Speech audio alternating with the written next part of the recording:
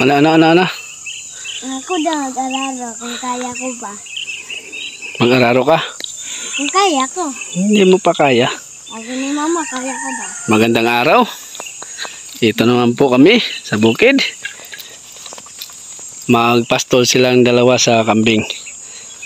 Pero tara, paandarin muna natin sandali itong ating kuliglig. Mag-ikot-ikot tayo sandali din. Kuliglig. Try daw na siya, Jay. Try mo, Jay. Merong tubig kaunti para mabungkal. Kasi dyan sa may tolset. Yan sa tolset na may Tanggalin mo yung tsinelas mo. Uy, wala muna.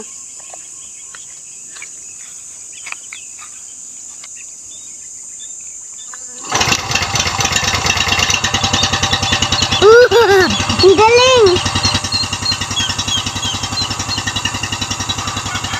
Ang galing!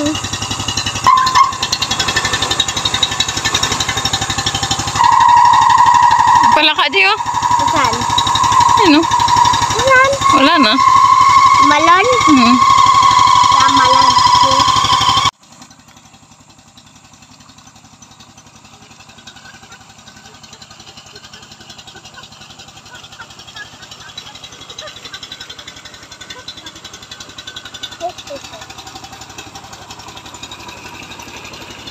Kaya ko na yun. Kaya ko.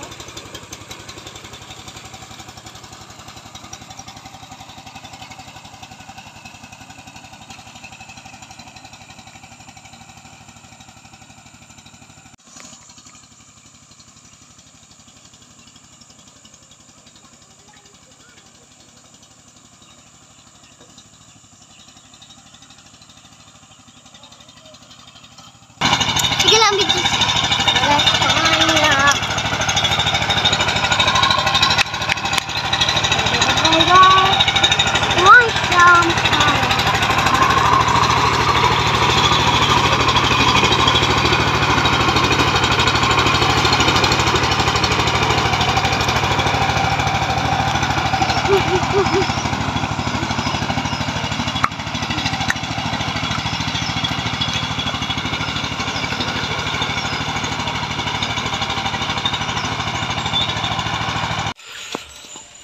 Si doktor ang bahala dun sa palayan, mga silo.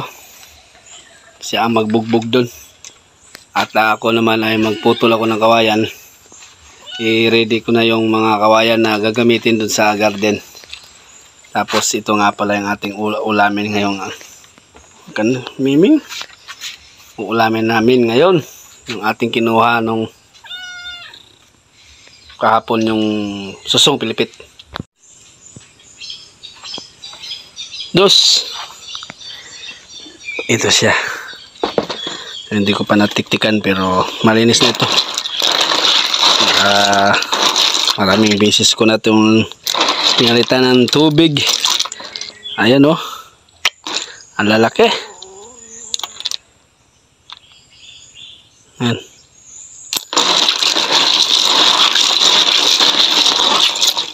Takpan lang muna natin at mamaya na natin yan asikasuhin at maaga pa. Tungo muna tayo dun sa kawayanan. Pinaubaya ko muna ni doktor yung tractor. Siya na bahala muna doon. So ano yata, mukhang malabo nga siguro makatanim dito sa yung ibang palayan, yung kay Roger ba. Pero yung sa atin doon, baka makapagtanim tayo. Binugbog ni doktor doon para makapundo siya ng tubig kapag mahaba na yung binhi, saka na one time na linis. So dito muna tayo sa kawayanan. Prepare ko yung mga gagamitin para doon sa balag ng ating itanim dito. Yung sitaw, okra, okay na sila. Gumapang na yung sitaw. So prepare tayo uli para doon sa balag ng ating itanim na patula at ampalya. tulungan yata ako ni Kanato ngayon mamutol. Dahil hindi rin siya makagalaw doon sa kanyang palayan. Gawa nang wala ang tubig yung kanyang palayan. Hintay lang ng ulan. Kanato!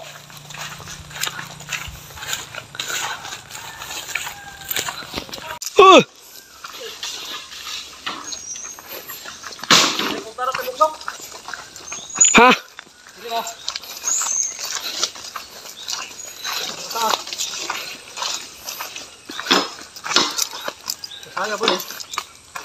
Oh, yan. Pala.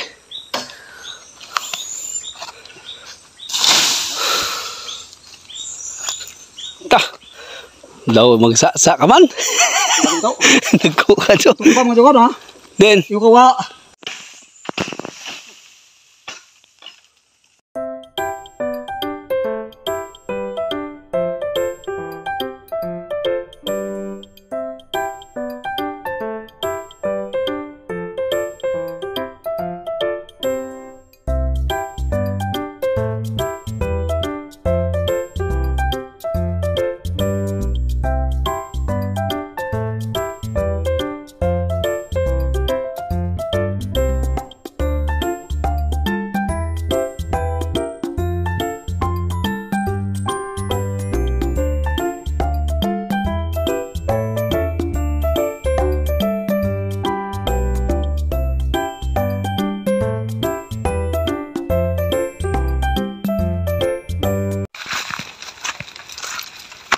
Yan, unti-unti lang namin ni Kanato hakutin doon sa malapit sa garden para mabilis lang ang pag-install.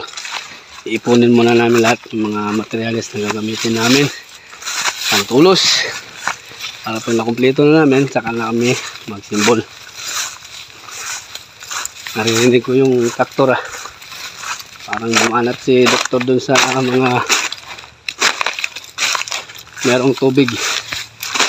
Iiwan na lang daw yung balikan na lang yung walang tubig. Hakot muna kami rin Nakatsempo pa pang ulan si Kanato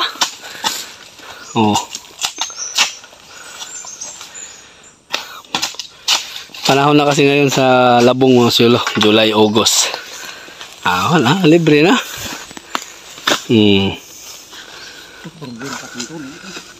Anagod?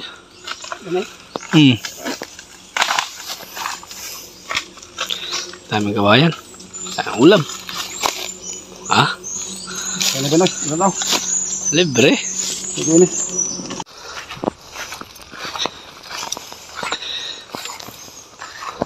Yun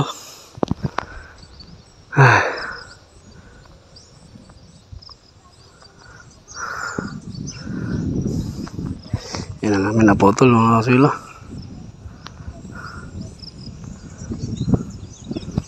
Pero kulang pa yan.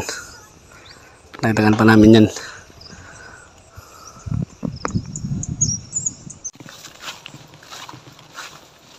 Tide. Red tide. Red tide? Makamatay. Kamatay ang presyo. Break time muna kami. Break time muna daw. Inom muna tayo tubig. Mamaya ulit. Wala namang ulan. Kaya tingga na naman yung palayan ni Kanato. Saka yung sa atin.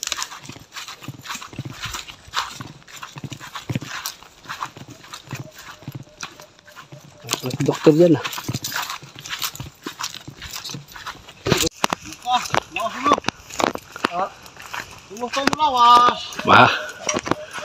unti-unti na pag ni doktor na linis-linis kaunti.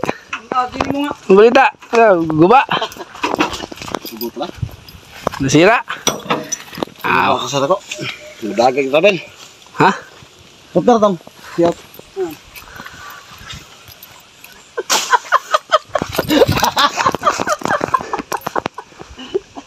Doon? Putol. Saing muna tayo. Mag-prepare muna tayo ng ulam. Ito yung ating titiltilan ngayon. Tatanggal natin ng buldet. Puwet. Tapos lagyan natin ng pako. Gata. Nanguha si Mrs. daw doon sa ano. Sa taas. Yan. Uning, hindi pa luto yan. Yan. Tanggalan muna natin ng puwet yan. Para mabilis supsupin.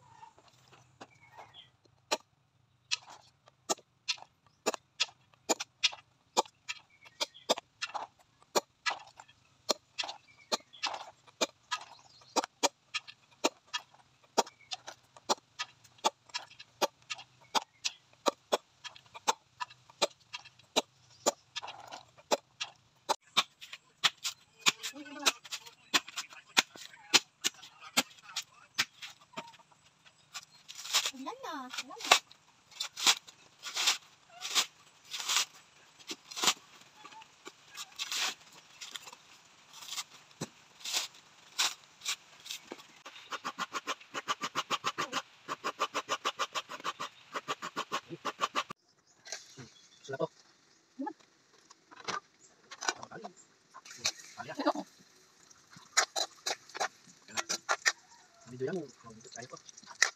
Kaya. Wala ko yan pa. Yan na.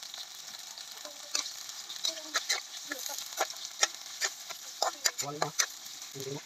Hindi mo. Hello.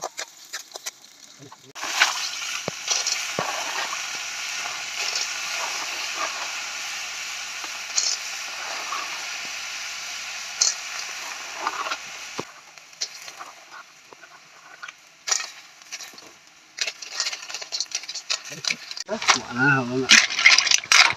Ano kahoy ko kita ko? Ha? Ano kahoy ko?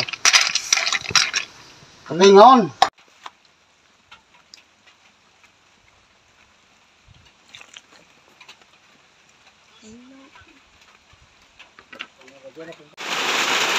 Kain po tayo mga kaswelo.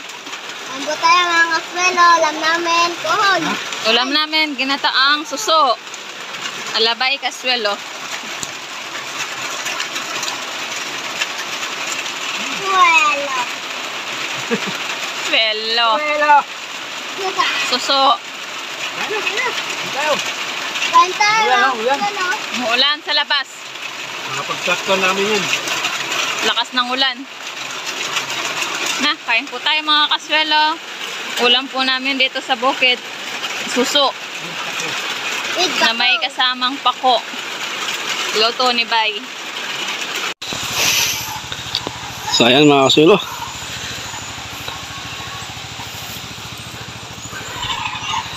Dahil umulan kanina, pagkatapos namin mananghalian, ito. Kaya tiyempo ni doktor.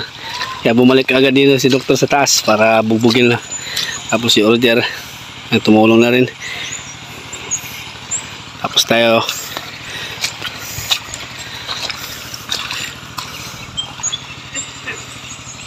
pangharangan namin yung mga pilapil na mga may butas para makapundo.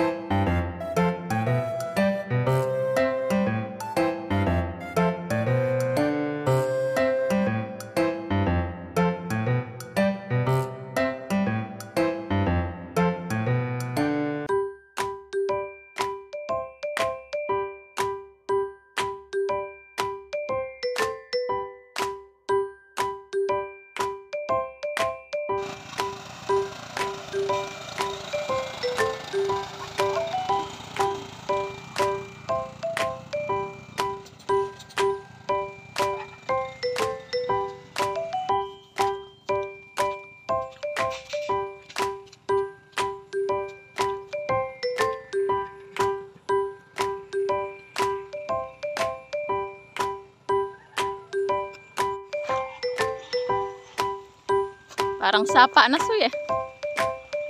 Sapa na yung palayan. Biglang bumuhos yung malakas na ulan kanina mga kaswelo. So ayan yung nangyari sa palayan. Nagkatubig din. Yan. Baha yung ilog. Parang sapa yung palayan natin. Maganda yan para tuloy-tuloy. Para makapagtanim na. Ama, Nagkatubig. tubig, baha na tuloy. Mulan na. Lumambot na yung lupa niyan. May ano? Madali na matraktor. May kuhol ma. Saan yung cool? Boy pa. Dito ako sa tubig. Wala mo na, isa lang ngayon. Kawawa ka naman. Sige. Bye-bye. Uy, may kuhol.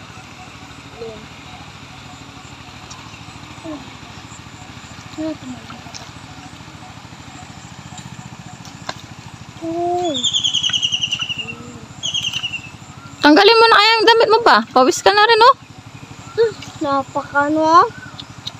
Kawawa si Papa, walang katulong. Ikaw, tumulong ka. Walang pala. Bigyan mo pala. Tulungan ko sana, walang pala.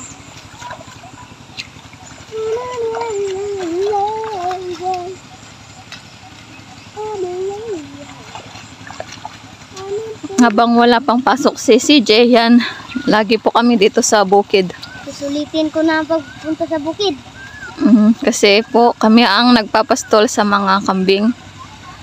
Dahil si Bay, yan, busy po siya.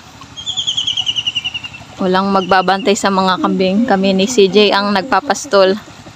So mamayang alas 3, ilalabas namin sila para makakain.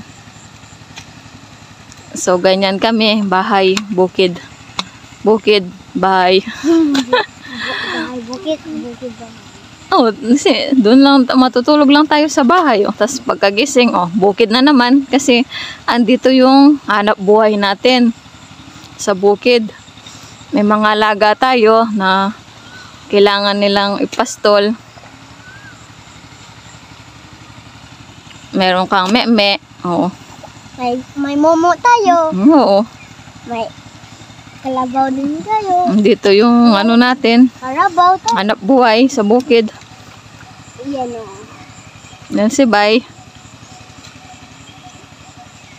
Sabi nga nila, pag may sipag, may sipag. Pag may tiyaga, ay nilaga. Hindi laga. Laga. Alagang luni ba yan?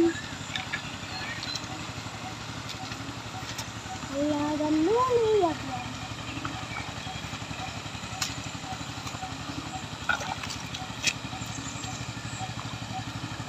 Pag nahawalan yung kahol, bilis na. Bang!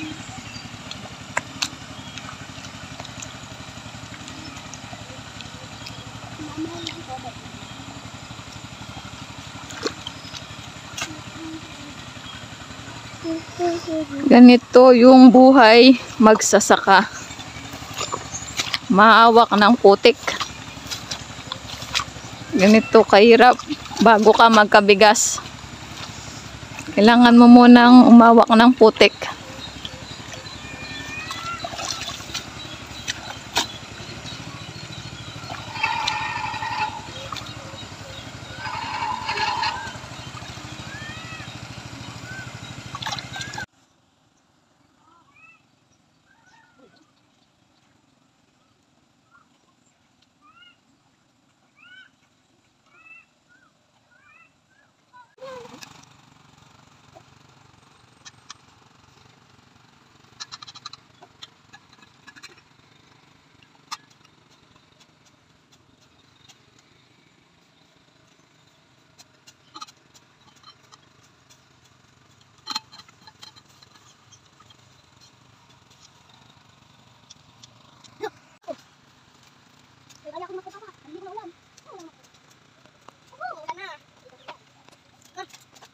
Lagay mo muna doon. Yan, mag-isa na naman ulan mga kaswelo. Maliligo na sa ulan si CJ. Hindi na marunong magtrabayan. Ang pangit to. Hindi na marunong. Kaya na yung natutulog.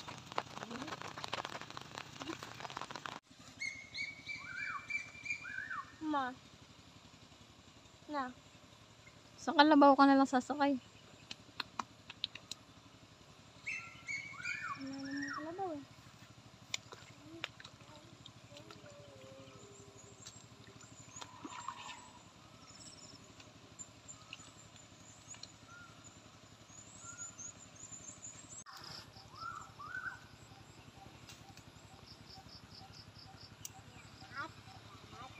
Imong gihatag. Salamat ka. Oh Lord, murang Lord. Maglaga ka ma.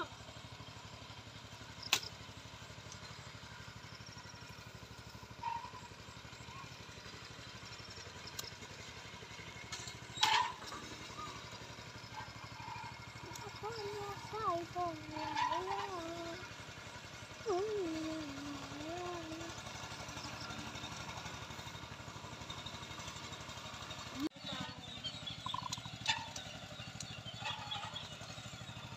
Taman nakabakla mo. Ikaw pupunin daw. Hindi na mabasa.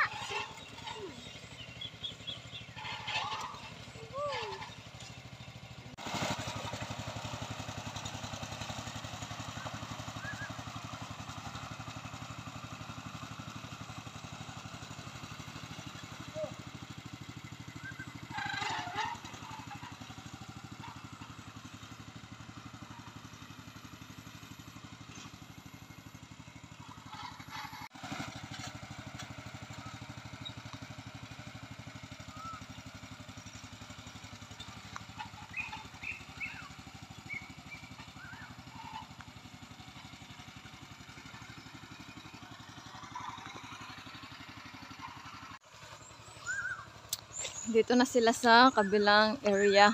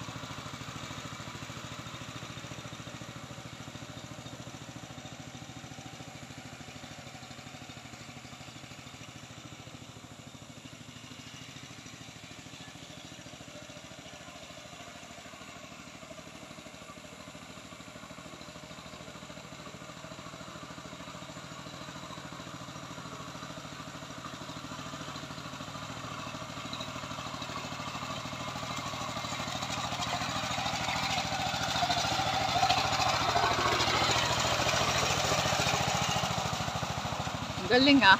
Pwede ka na, Soy. Pwede ka na driver ng traktor.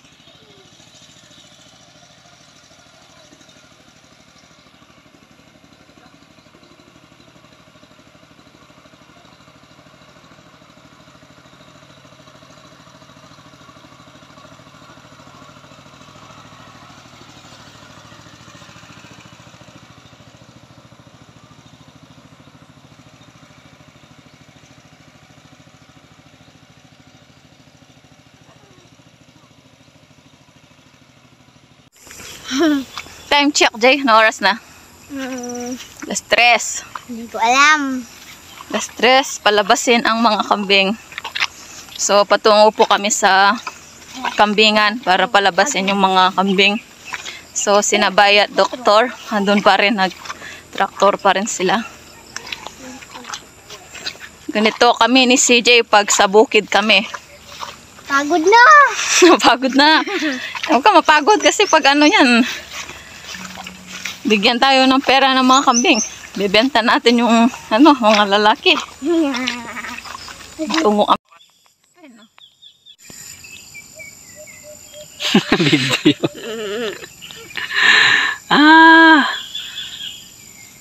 So ayan, nakatsimpo po kami mga suelo. Biglang bumagsak yung ulan kanina nga. Ayun, natapos ni doktor. Natapos naming araruhin lahat yung bukod doon pala sa mga maliliit na pitak na may mga bato-bato.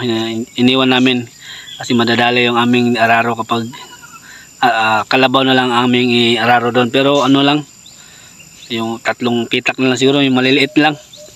So at least yung mga malalaki na ano na namin, nabanata na namin ng araro. Kaya ayan, tinravel ni doktor yung kuliglig natin doon sa kabilang barangay, sa Gaas. Ay meron siyang traktorin doon.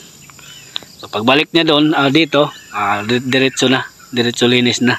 Ay, ano pa naman yung binhi namin, maliit pa or kakasabog pa lang. So gagawa muna si doktor doon, magtatraktor muna siya doon sa iba. At meron din kaming ano doon, korporasyon. Kaming 3 ni Roger at doktor. Meron kaming palayan na tinarabaho na paghatian namin o pagtulungan namin 3. So, ako ang ako ang bibili sa mga medisina. Tapos tulungan na lang nila ako sa gawain. Pagtanim kayo? O kami lang magtanim, hindi na kami magbayad daw ng ano, sabi ni Roger. Maliit lang yun pa? Malaki din yun. Malaki-laki din yun. Sa ano nila yun, sa biyanan nila ni Roger. So walang magtatrabaho, sayang na makatingga. So inupiran ako nila na pagtulungan namin. So, meron naman akong traktor, so ginamit nila. So, hindi na kami magtanim na magbayad ng patanim, kami na lang daw ang magtatanim. Pagtulungan namin. So, yun. Dinala niya doon ni doktor yung kuliglig. Tapos na, binugbog na ng lahat yung ano doon, palayan. Yan po mga sulo, naararo na lahat ni doktor. Yan, dito banda. Hanggang sa paikot, nandan doon sa taas, doon sa kabila. Meron lang natira dyan yung mga bato-bato, yung may mga bato-bato ba, na hindi pwedeng araruhin sa makina. Kalabaw na lang manumanuhin. So at least, na ano na, lubugbog na na. Pagbalik ng kuliglig, diretso na, parang ganun. Okay. So, hihintay lang namin yung binhi. So, talagang malaking advantage talaga kapag mayroong sariling kuliglig. Yan yung sinasabi ko noon na mas advantage yung may kuliglig. So, ayan. Sandali na tapos. So, ano lang. 3 oras lang to binanatan ni doktor. Hanggang dun sa likod. So, hindi kaya ng kalabaw ng 3 oras na tapusin ito. So, ayan. Malaking pakinabang talaga yung ano, kuliglig. Ayos, pagbalik nun, diretso na linis. Okay. At si Mrs. nandun sila sa mga kambing, si CJ. Ako naman sa kalabaw at baka. Pababa na tayo. Para ano na, pastol na yung mga kalabaw at baka para makakain na sila dahil hapon na. Okay. Yung aming binhi mga silo, lubog ito kanina. Pero hindi naman siya na ano dahil nakadikit na siya sa lupa at nakaugat na. Ayan o. Kulay green na siya. Okay. Ayan o. Diba? Napundo yung tubig kapag na daanan ng traktor. So, hindi na makalabas. Ayos na. So, pangit pa lang tingnan mga kasulo dahil hindi pa nalinis yung pilapil. So, huli na lang yan. Importante itong gitna. So, huli na lang yung pilapil na linisin namin. Okay. Ano? Okay na. Nasaka na natin yung mga kalabaw natin. Yawn! Yan yung umakyat si Jason. Ay, Clark pala yan, si Clark. Yan si Jason yun. Yung isa. Yun. Mas matanda si Clark eh. Mas mabasungan ni Clark kaysa ni ano, Jason. Okay, dyan lang kayo ha. Tapos si Claudia lipat natin, ayun no, doon sa banda doon, ayun, yun. Lipat natin. Tapos si Maribek tsaka si Princess nandun sa tabi ng ating garden, yun. Kaso hindi makita.